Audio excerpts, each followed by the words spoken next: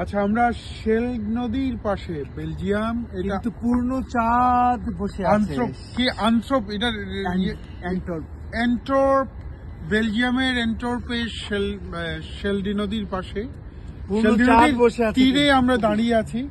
ওখানে এই যে একটা মানে এটা গথিক ক্যাথিড্রাল দেখা যাচ্ছে, নদীটা অন্ধকারে দেখা যাচ্ছে না, কিন্তু আমি সাবিয়াকে অনুরোধ করছি যদি চাঁদটাকে দেখানো যায় একদম আমার মাথার উপর, পূর্ণ চাঁদ আমাদের মাথার উপরে। আমরা মানে কিছু, আমি ইংল্যান্ড থেকে আসছি, এক দরিদ্র বাংলাদেশি, আরেক দরিদ্র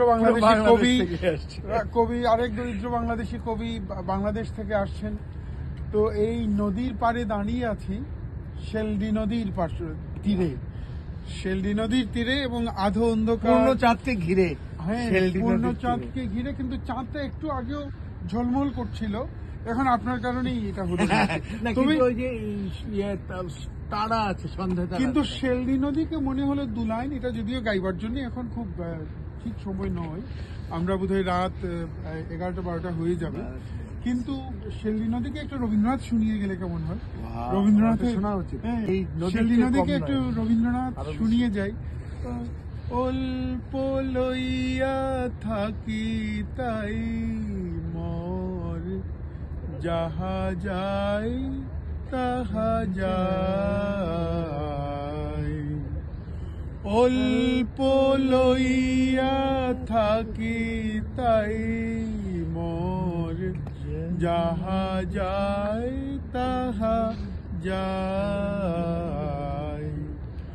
কণাটুকু যদি হারায় তালয়ে, প্রাণ করে হায় হায়। অল্প লইয়া থাকি তাই মোর, যাহা যায় তাহা যায়। নদী তট সম কেবলি বৃথায়, প্রবাহ আকড়ি রাখিবারে চাই।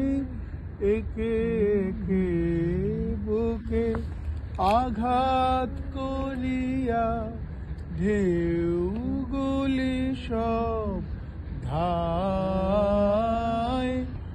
অল্প লইয়া থাকি তাই মোর, যাহা যায় তাহা যায়।